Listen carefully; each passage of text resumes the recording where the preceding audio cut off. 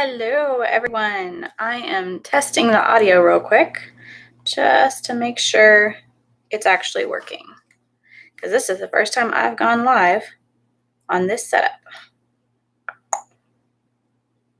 So,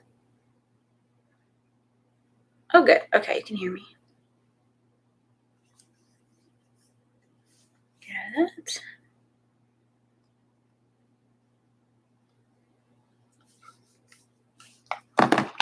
Okay. I hope everyone had a wonderful Thanksgiving if you're here in the States, and that you got to spend time with your family and your friends if you had a Friendsgiving. I know it's a weird year, and we did Zoom with my family across the country, and that was interesting and that was fun. For us, that's kind of normal though. I have a sister in Florida, sister in Tennessee, lots of family in Oregon where I'm from. So for us, that's kind of a normal, like, Thanksgiving is the Zooming, but I'm sure a lot of you did that as well. So just want to say hey and do an awkward live, because this is the second time, I don't know why, this is the second time I've ever gone live on this channel. But I am behind on videos this week, so I wanted to just talk to you guys. And one of the things that I wanted to talk about today is something that came up for me about a week ago. And that is the idea that we're broken. Have you ever told yourself, I'm broken? Or you told somebody else, I'm broken, I'm messed up, I'm screwed up, I'm effed up, whatever. I have baggage. I think that there's something that is almost, it's like a self-deprecating humor to say that you're broken. And sometimes people really sincerely mean it, and other times it's more humor-based. But either way, there's this idea that collectively we agree with, that we are broken or that society is broken. And how it came up for me is I was purging and letting go of some anger, which is actually, I'm taking myself through a program that I'm going to be bringing to you guys about anger and releasing anger and healing anger. But as I was putting together the program, I realized how desperately I needed it myself. So I'm taking myself through it first to be my own guinea pig. And one of the things that came up as I was processing through some of this anger and doing some self-forgiveness is I realized that I had been telling myself, not necessarily that I'm broken, because I understand that we're all whole. But even though I was telling myself this narrative that I am not broken, that I am whole, that I am creative, I'm resourceful, I'm whole, there's nothing about me that is quote unquote broken, I had this secondary narrative running in the back of my mind, this secondary agreement that I had made with myself, that I'm from a broken home. I grew up with my parents being divorced, and that's not, I mean, back then, I guess it was a little bit more taboo than it is now. I'm not going to say that it's a bad thing for your parents to be divorced at all, but society told me I'm from a broken home. And aside from just society, my own parents told me I'm from a broken home. And we all collectively agree that if what you call a household that has two parents that are divorced, that's a broken home, right? Well, in reality, it's not a broken home. There's nothing broken about it. They could have a broken relationship, if you want to look at it that way. But at the end of the day, it does not reflect on the children as far as the brokenness. The brokenness is the agreement that we have all collectively made when we look at somebody and we judge them and we say, oh, that child is from a broken home, or that person is broken, or you see somebody that has a behavior that does not fit into what we deem as good, and you say that person is broken. They're wounded. If you've been hurt by somebody, therefore you're broken. Right? And these are agreements that we make within ourselves. And you're like, oh yeah, that sounds normal. That sounds right. I've been hurt. I have had a broken heart. How many times does the word broken come up that we collectively label something as broken? When in reality, it's not broken. but it's wounded. You feel the pain, you experience the suffering, you experience the loneliness, the sadness. We all have these things that come up inside us that are instinctually protective mechanisms. So you have people who have anger, and what is anger protecting? What is behind anger? It's sadness, it's pain, it's rejection, it's abandonment, it's fear of abandonment, it's fear of experiencing what you once experienced before. And it comes up as anger because you're like, no, I'm gonna push this away. I'm not going to allow myself to experience this again. I'm going to protect myself. And a lot of these things, they just happen instinctually because it's the way that our ego or our mind protects our heart, protects the inner child. But when we tell ourselves that we're broken, what are we communicating with ourselves? Something that is broken cannot function properly. So when we have this agreement within ourselves, we're handicapping ourselves. So even though I was telling myself I am whole, I understand that I am whole. I am working through suppressed trauma. I'm working through things that I've not healed before. I'm healing them for the first time in my life so that I can let go of the baggage and I can be fully who I am. And really what that is, I'm already fully who I am, but I have to believe it. Because what does it matter if I don't believe that I am powerful? What does it matter if I don't believe that I'm intelligent? What does it matter if I don't believe that I can have my own business? I can do all those things right now. There's nothing that needs to change. And that's what being whole is. But you need to believe that you're whole in order to take advantage of those things. Because when we believe that we're broken, or we believe that we're wounded, or we believe all of these things that they hold us back, you can't go forward. You are stopping you. And it sounds so much easier than it is. Believe me. We get caught in this, oh, well, I need to heal this. Or even before we get to the point of recognizing that it needs to heal, again, how many times do we say, well, I'm broken? They broke my heart. They broke my spirit. Working in this environment is disheartening. They broke me. They break down their employees. If you're a soldier in the military, what is the main purpose of basic training is to break you down so they can build you back up the way that they want you to be, the way that they want you to behave. But it's this idea that you're capable of being broken. There are times where the brain kicks in and protects us so profoundly that we call that mental illness, and it usually manifests in the form of multiple personality disorder. I'm not speaking in the term of that type of abuse to where a psyche splits. I'm talking about just normal everyday life where you feel that you are broken, or you feel that you have baggage, or you can't enter into this relationship with this person, or you keep sabotaging every relationship that you ever have because you're broken. Because what is that? That's an excuse that will continue to hold you back. And that's okay. But you have the choice. Do you want to stay there or do you not? And most of the time, it's subconscious.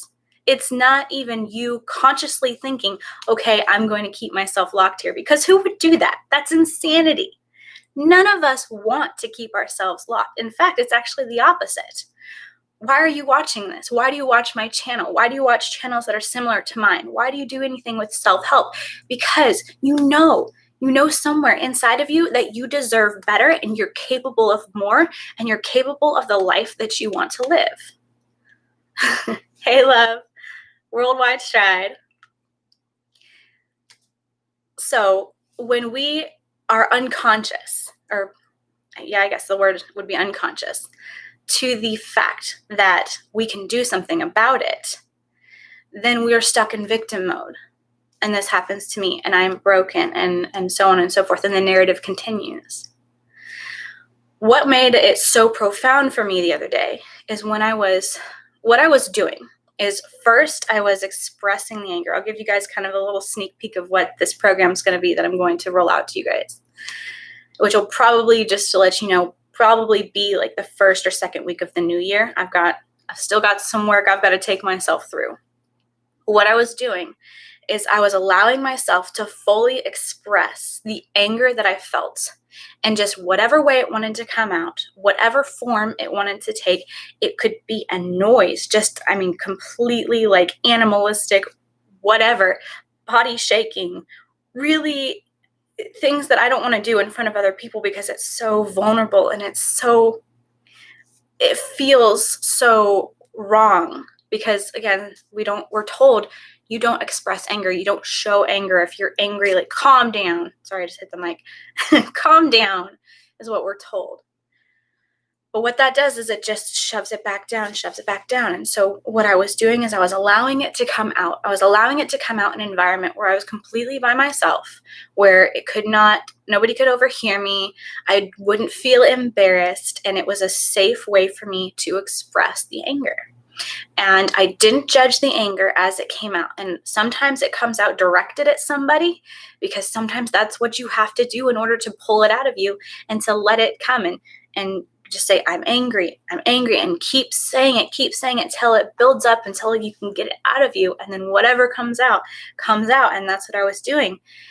Once it's out, then I can go back in and I can clean it up. Because for me personally, if it's coming out directed at somebody, I feel really guilty for thinking the things I think about that person. Justified or not, it doesn't matter. I feel guilty thinking some of the things that I think about people who hurt me. It could be completely unintentional on their part, but my feelings are still hurt. I still felt some sort of way about it. And what I had done is I had justified shoving that anger back down because of my compassion and because of understanding, hey, this person is having a bad day. They didn't mean what they said to me, or I know their heart and I know that that's not really what they think, or they were completely like, they're super busy and they didn't mean to blow me off, or whatever it was that hurt my feelings. I feel guilty feeling hurt by that person who hurt me. And a lot of times when somebody hurts me, so say for my husband, for example, he'll feel so bad when I communicate to him that something hurt my feelings, that I find myself making him feel better about hurting me. And I'm not giving myself the ability or the authority or the sanctuary that I need to safely and process the anger in a safe and healthy way. So that is part of why it's difficult for me to process through anger, and why, even though I understand the importance of it, I end up shoving it down. So when I was in this place and I was completely by myself and I was allowing it to come out, for me, you might not feel this way. And if you don't feel this way, don't do it, because it's just about cleaning up the belief systems. So for me, I needed to come back and I needed to forgive myself for thinking the things that I thought about that person. But I needed to do that for me because the guilt would keep me from moving forward. And I need to move forward so that I can let that go. If I don't let it go, even with my best intentions, that will turn into bitterness, which can turn into hatred and can ruin my relationships, ruin my friendships. So it's very important to process it the healthy way. And in doing so, that is where that whole idea of brokenness came from. It took us a while to get back to the topic, but we got there. So I'm in the car is where I was doing it. That's my safe place. And I was screaming and I was crying and I was saying whatever.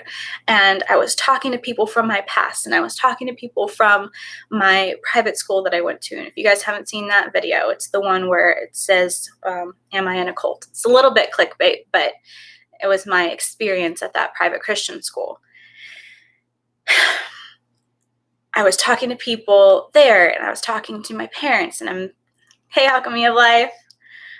I was processing this anger, and I was directing it at whoever I felt it needed to be directed to.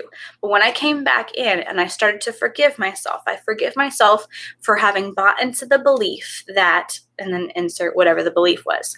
I forgive myself for judging myself as bad for saying these things about people. I forgive myself for judging myself as evil for feeling these things about these people or thinking these things about these people.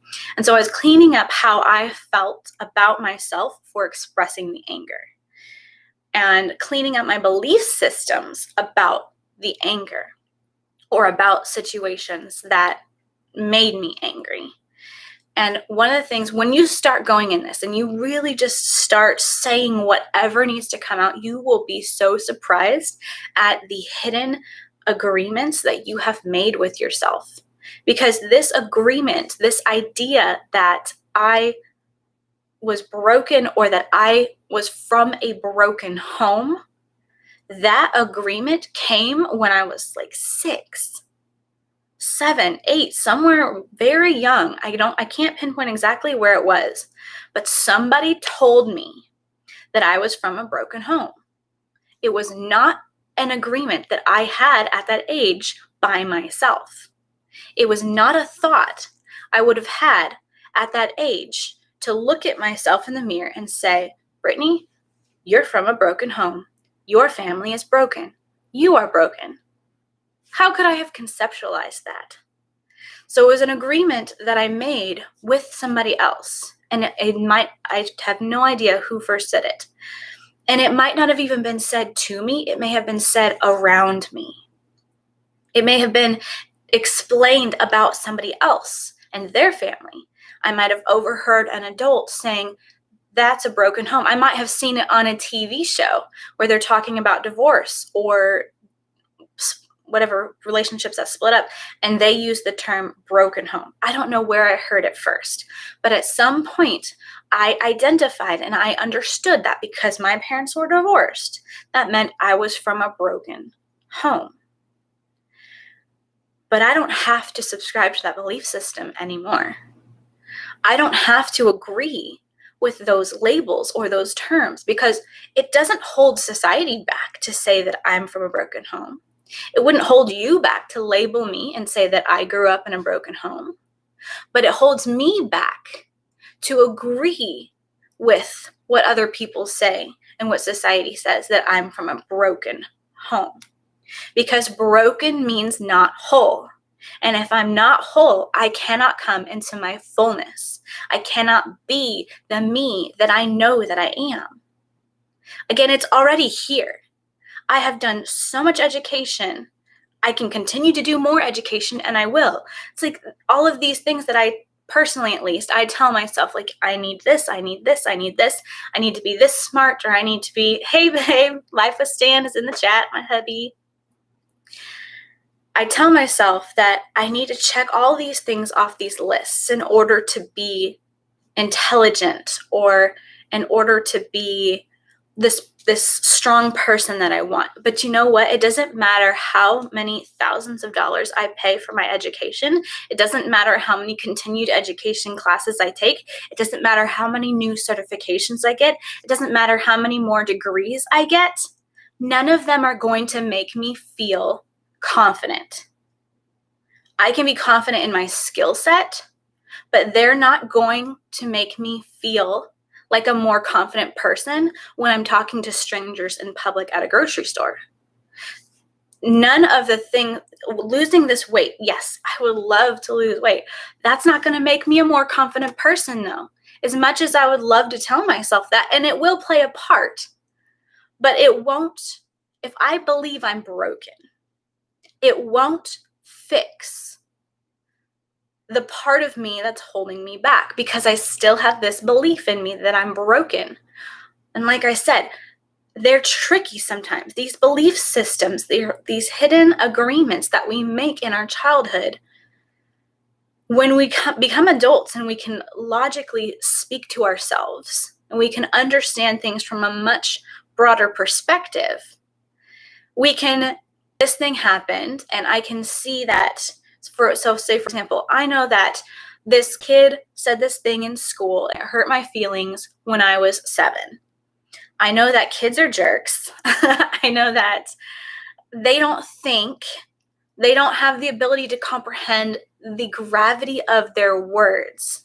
And even if they have intention to emotionally wound the person that they're talking to, they don't even fully grasp what that means. And they have a 7-year-old doesn't even think about tomorrow. So they're not going to be able to grasp the concept of that this is going to be continuing to hold this person back when they're 40. Right? So you can explain that to yourself as an adult. But these things, they're tricky. They can still, these agreements, they can still be there, because it shocked me as I was going through this, expressing this anger and then going through and cleaning up the belief systems and cleaning up the judgment. And I just out of nowhere just said, I forgive myself for having bought into the belief that my family is broken. And I forgive myself for having bought into the belief that I'm from a broken home.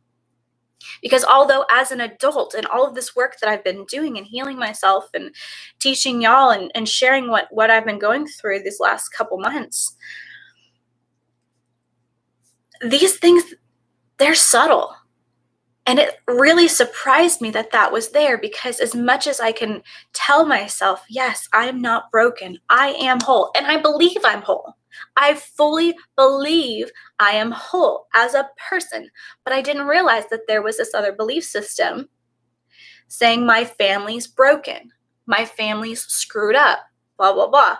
We tell ourselves these things. How many people, especially with Thanksgiving, have been yesterday?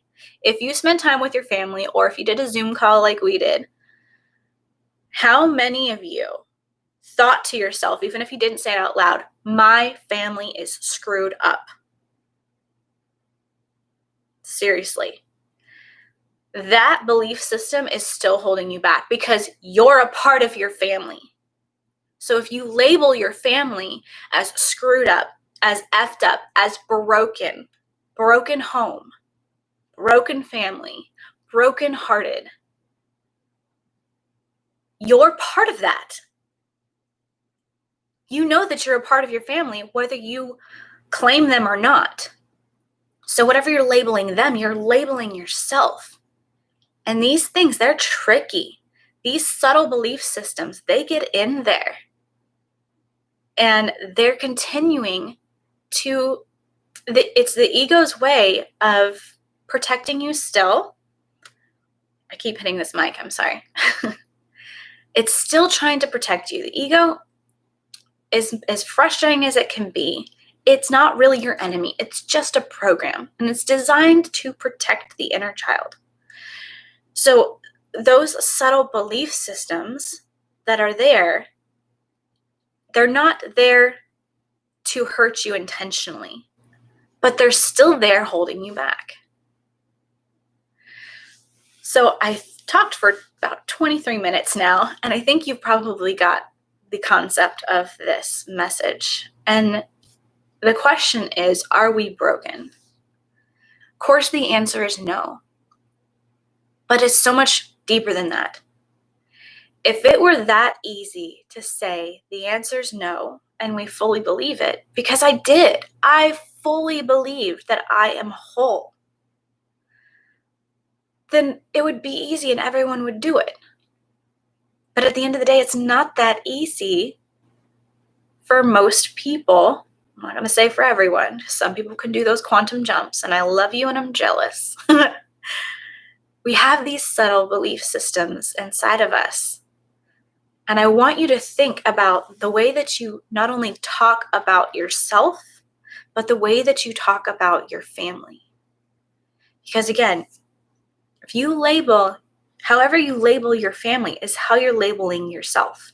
And if you don't want to get stuck in that belief system, how can you change the way that you look at your family?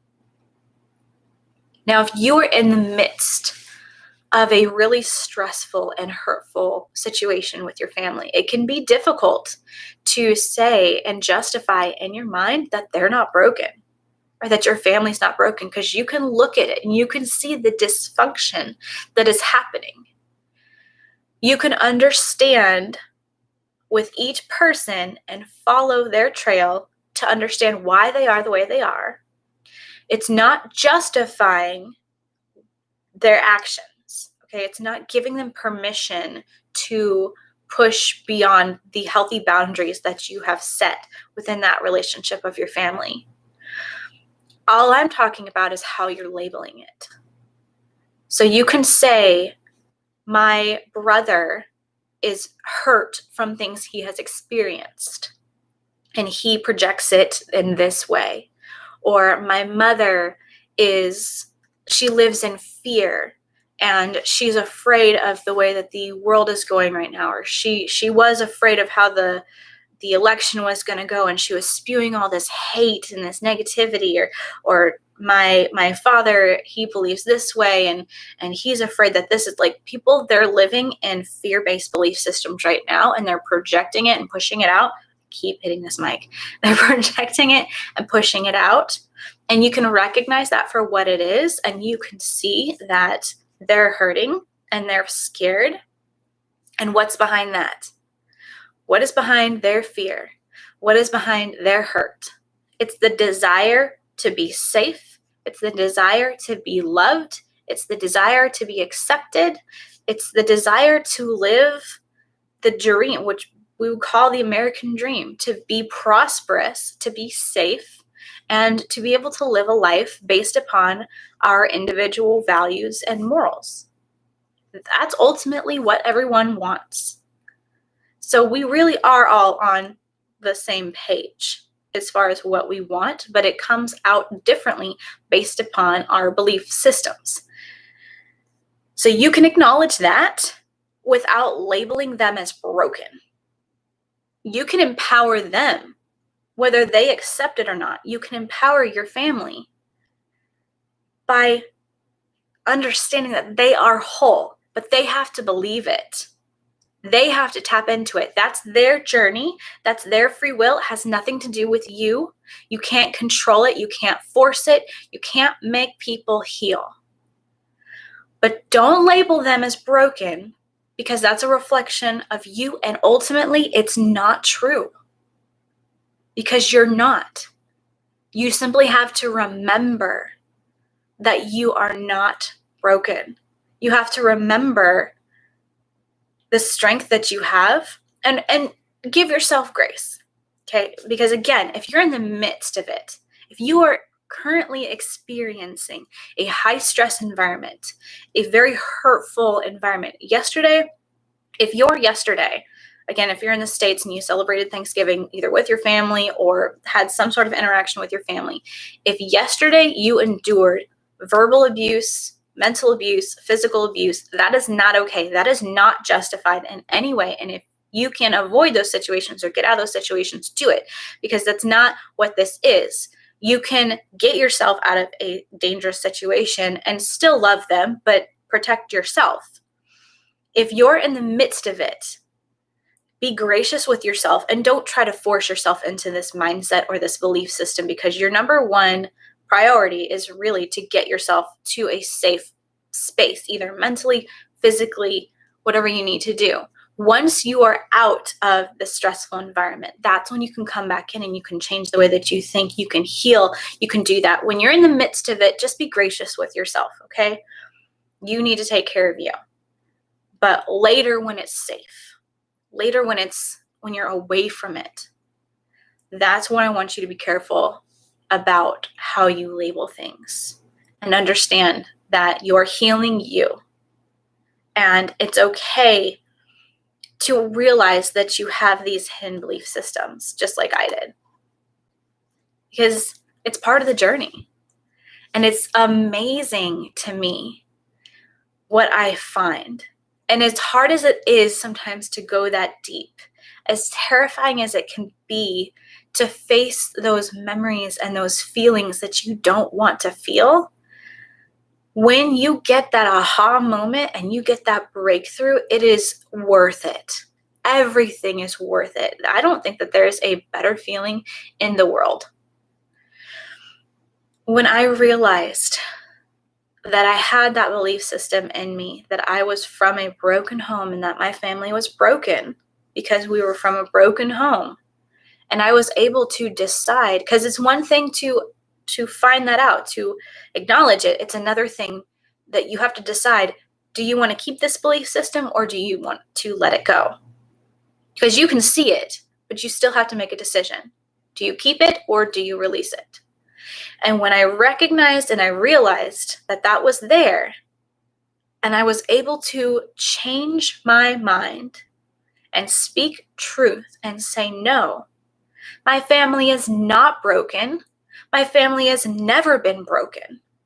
There are a web of soul contracts within my family. I keep hitting this mic and I don't know if it's as loud as it sounds for me, and I'm so sorry. There is a web of soul contracts within my family. And they all, because we're a family, they all play into one another. And it affects everybody because it's a family. It doesn't mean that we're broken. It means that we chose to come in together to experience certain things, and we all have free will about how we experience these things. But ultimately, we have these catalysts that we all agreed on, and these catalysts would give us the opportunity to have the experiences that we wanted. So say, for example, if I wanted to experience what it was like to forgive somebody, and if I wanted to come in and I wanted to master forgiveness in this lifetime, I'm going to be given many opportunities to forgive. How can I be given opportunities to forgive? Shit has to happen.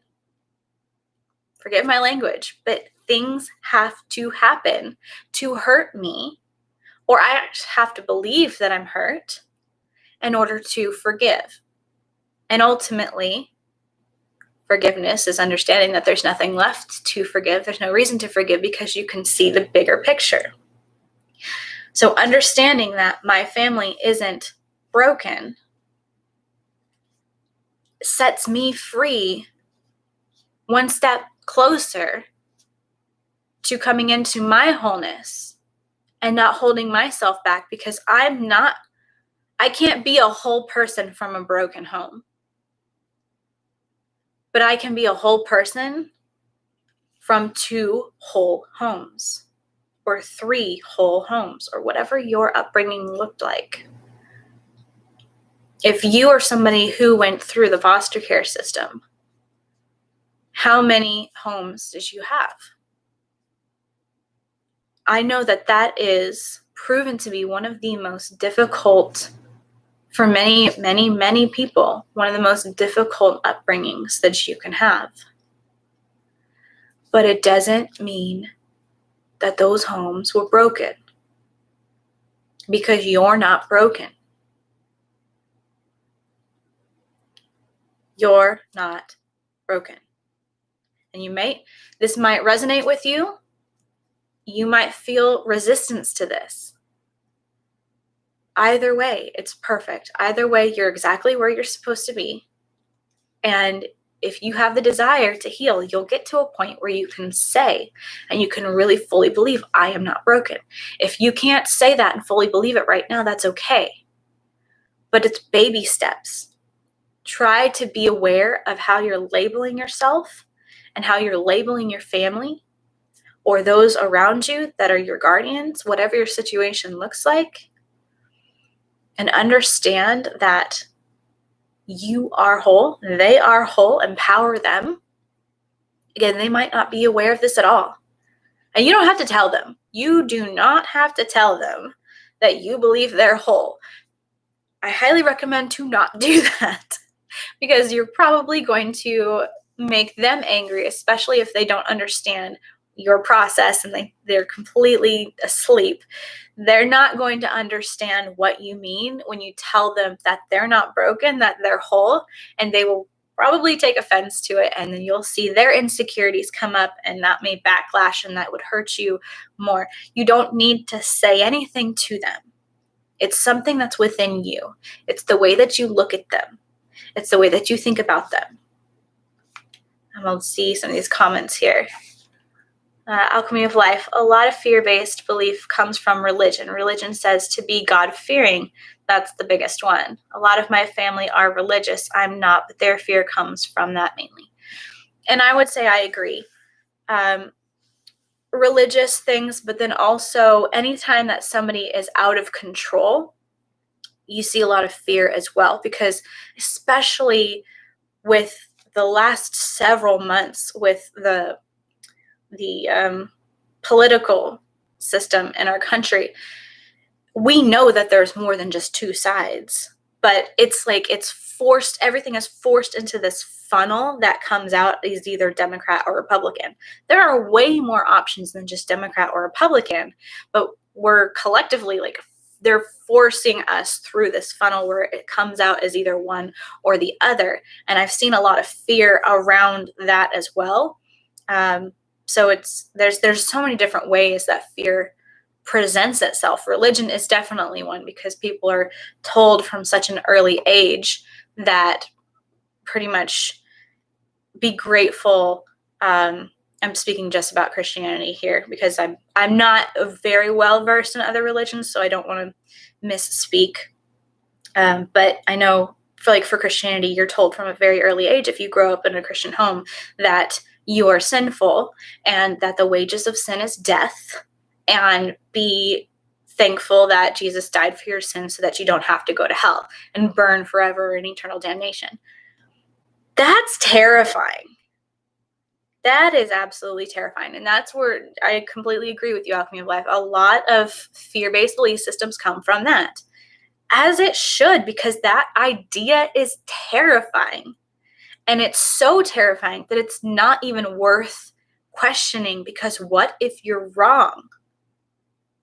And I've heard that so many times growing up, where the argument for Christianity, this fake argument that didn't even happen, I'm sure, that was explained to me one time, was that there were two people talking, an atheist and a Christian. And the atheist says, why are you doing all of these things? You could go out and you could have all of this fun, and you can sleep with people, and you can drink, and blah, blah, blah. And they're really, I mean, like, atheist people are not all about the self-serving, like, these things that are going to hurt your body and hurt yourself. But that was the way that it was depicted to me, is if you weren't Christian, then it's kind of like the movie Pinocchio, the island of, what was that? I'm thinking of Rudolph, the Island of Misfit Toys. But where the bad boys went, and they were like smoking and drinking and gambling and playing pool, like all these bad things and these self-serving things. Like, that was the way that it was presented to me as a kid. It's either you're a Christian and you do good and you stay on this good path, or you're not a Christian and you do all of these bad self-serving things. And that's just not the way that it is. But in this fake story that was told to me as a kid, and I keep hitting this mic, told to me as a kid, is that an atheist and a Christian were having a conversation, and the atheist said, why do you do all these things? You could be out having fun, and instead you're kind of like a fuddy-duddy, like you're staying on the straight and narrow, and that's boring, man. And what if you're wrong? What if at the end of your life you're wrong and this was all for nothing? And then the Christian says, well, what if you're wrong? And that's like supposed to stop the argument. And as a kid, I was like, yeah. I mean, like, what if the Christian is wrong? Well, it doesn't matter if the Christian's wrong, because then they lived a good life. But what if they're not wrong? What are the consequences? So the consequences of them being wrong are just that they were a good person. And the consequences that they are wrong, or they're not wrong, is that they don't burn in hell.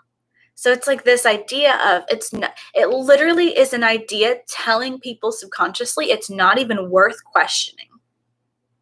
So these fear-based belief systems are not even worth questioning, because what if you're wrong? And that holds you hostage. And again, if you're a Christian, you're probably not really watching this channel. If you really call yourself a Christian, and that's okay. But if you are watching this channel and you really do fully believe in Christianity, and that's totally fine, and I love that for you.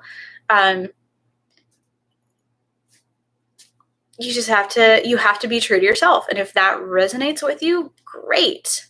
It did not resonate with me because I do believe in God. I do believe in Jesus, and I believe that they're love.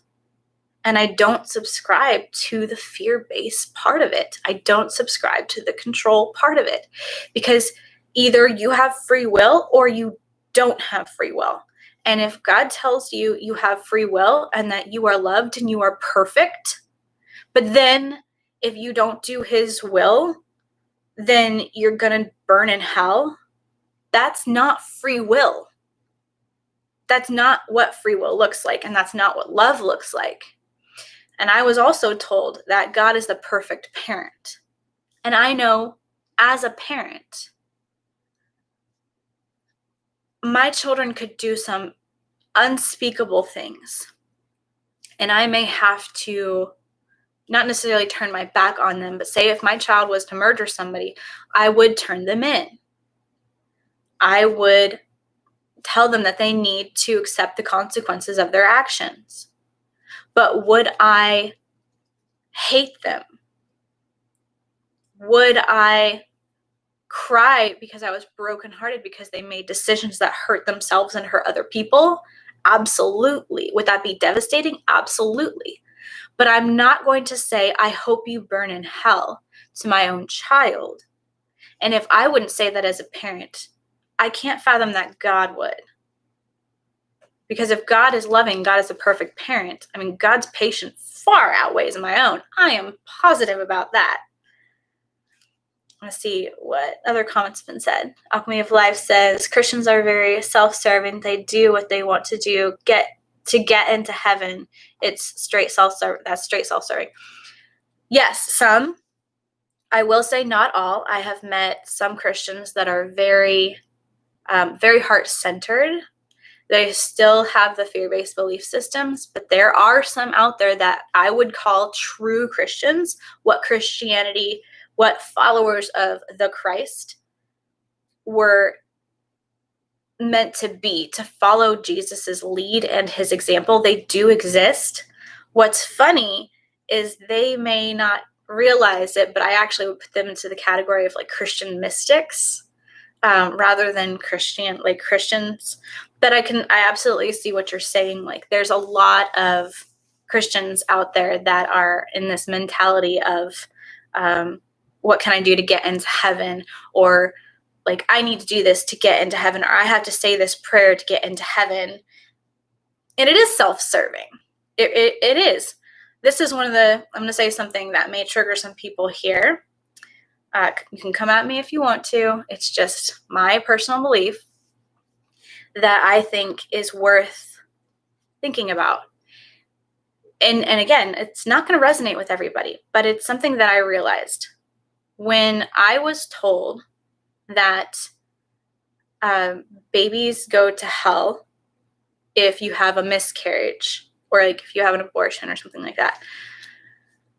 I didn't believe that. And I have met many, many people who agree with me that God would not send a child to hell, an infant to hell, who didn't even have a chance to choose for themselves. And so there is I would say a majority agreement within the church that there's a certain kind of cutoff age. It's not really an age, but it's more of a mentality, a mindset.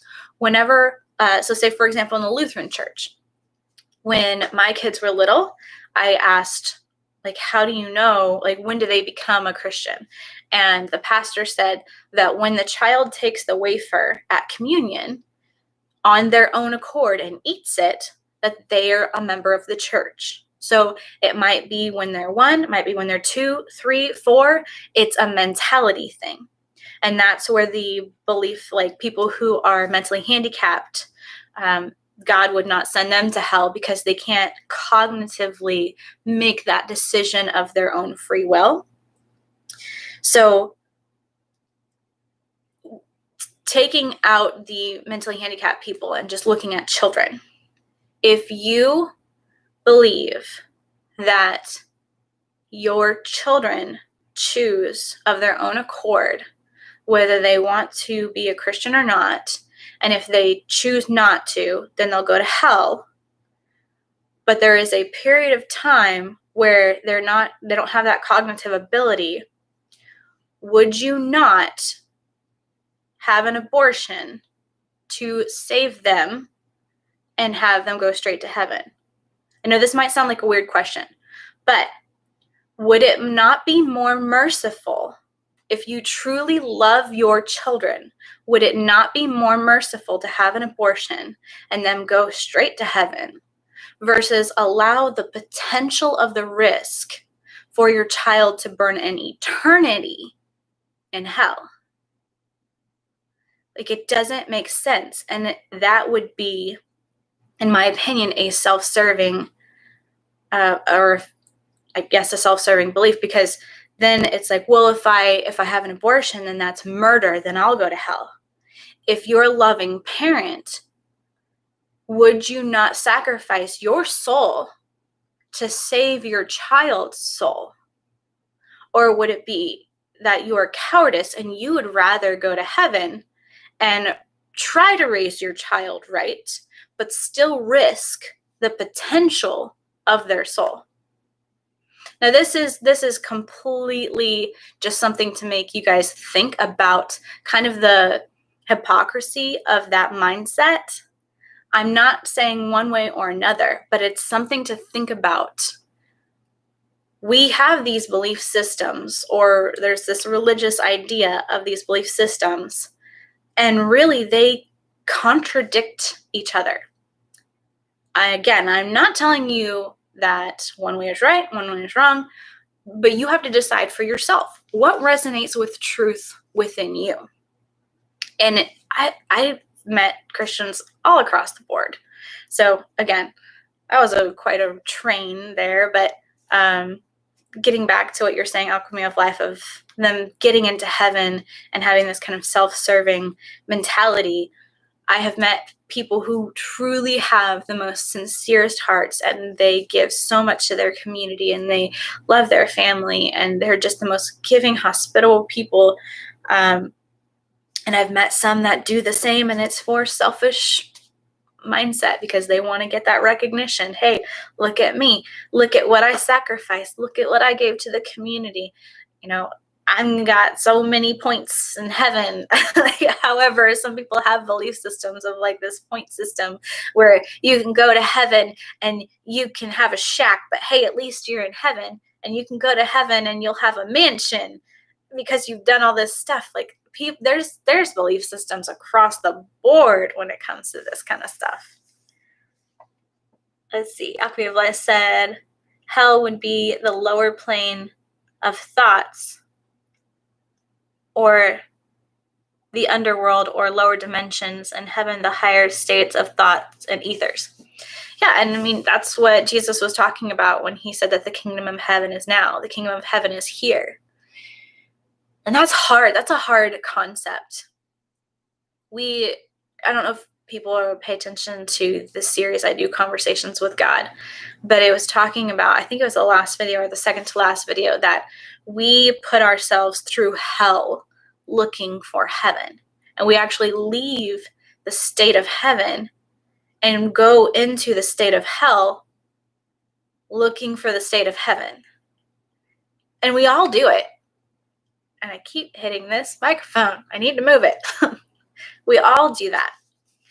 And how do you explain Alchemy of Life? Maybe you can tell me this. How would you explain heaven on this plane so that somebody understands that they're there, that they're actually experiencing heaven? What I would say is that heaven is the state of peace, contentment, joy, even happiness.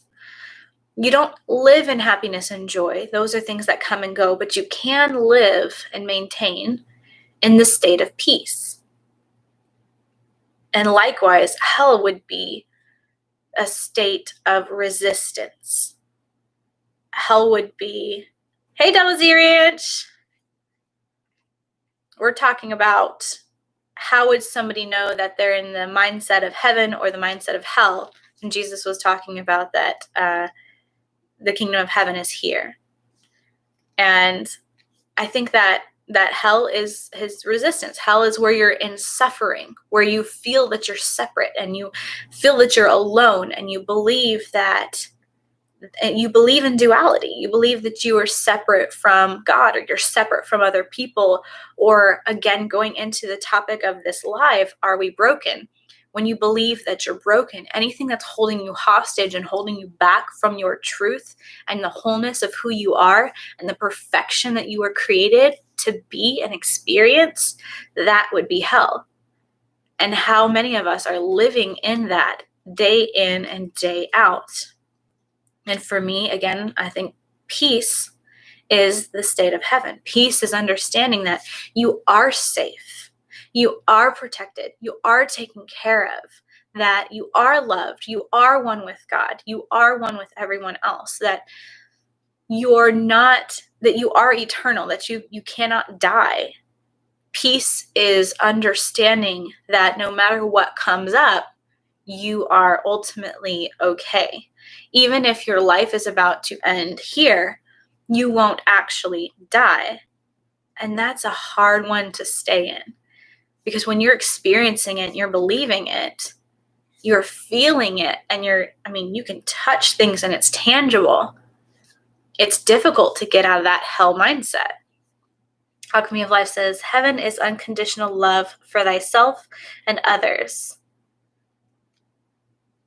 Gnosis? I'm not familiar with that word. And non-judgment. Knowing who you are, gods and goddesses, and accepting the Great Mother because she will always love you. Yeah. Yeah, I mean, to even simplify it even more than that, heaven is love and hell is fear, the opposite of love. That topic got way off. So yeah, Double Z Ranch. God doesn't save you or fix something on this earth. He grants you the strength to fight and make that positive change. Yes, and that's what free will is. Because we are all equipped. We are able to do these things. Just like a perfect parent isn't a helicopter parent. A perfect parent isn't going to tie their 20-year-old's shoes. A perfect parent is going to teach their child how to tie their own shoes. So that way, as they get older, they can take care of themselves. A perfect parent, a good parent, is going to teach their child how to have proper hygiene. They're going to teach their child how to handle money. They're going to teach their child good work ethic. They're going to teach their child morality. They're going to teach their child love. They're going to be these examples. They're not going to do these things for their children. That holds them back mentally, right? That keeps them dependent on the parent. Then what happens when the parent dies and the child is left to try to fend for themselves for the first time? They flounder and they fail. And that parent did not do their child justice. So if God is the perfect parent, more so than any of us who love our children, God, yes, you are protected, but God has given you what you need to make the difference, to make the change. I love that, Double Z. That is awesome. Yes. God empowers you and equips you to do really anything, whatever your purpose work is. And if you don't know what your purpose work is, this is a perfect segue. Yes, I am a life coach. Did you know that? I have a lot of videos, but I don't actually say that in all of my videos. I, Britta Albert, am a life coach. So if you don't know what your purpose work is, you should book a free 30-minute session with me. I call it a definition session because we're going to go deep and we're going to define what is your purpose work. So if you have no idea what that is, get with me. After this live video, in the description, I'll have a link that you can click and actually go to my calendar and pick a time or day that works with your schedule. Yay, good segue. Yes. Well, it has almost been an hour And I hope that this has been helpful for you guys. I hope that this live format was something kind of neat. And I want to start doing some more as I go. It probably won't be on Friday mornings just because I know a lot of people work, things like that.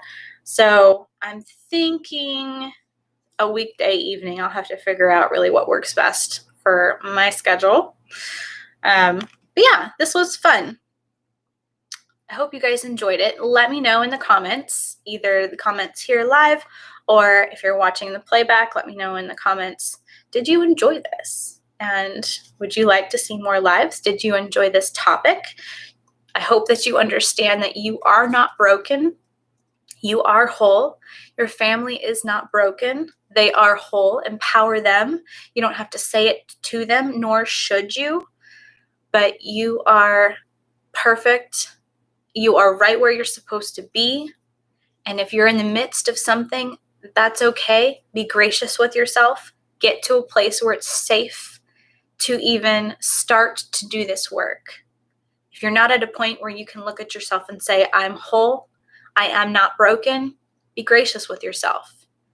Try to be aware of your thoughts and to catch yourself the next time that you say, I'm broken, or I'm messed up, or I'm effed up, or I'm screwed up, or my family's screwed up, or we're a mess, or we're whatever it is that you tell yourself. Just try to be aware of what you're thinking about yourself, what you're thinking about your family, and stop yourself and say, no, that's not true. And it's baby steps till you can get to the point where you can really stand firm in your truth and you can say, I am not broken. My family is not broken. I might feel broken. That's okay. I may feel like I'm broken right now, but I know ultimately I am whole. I'm in the process of healing. I have grace for myself. I love you guys.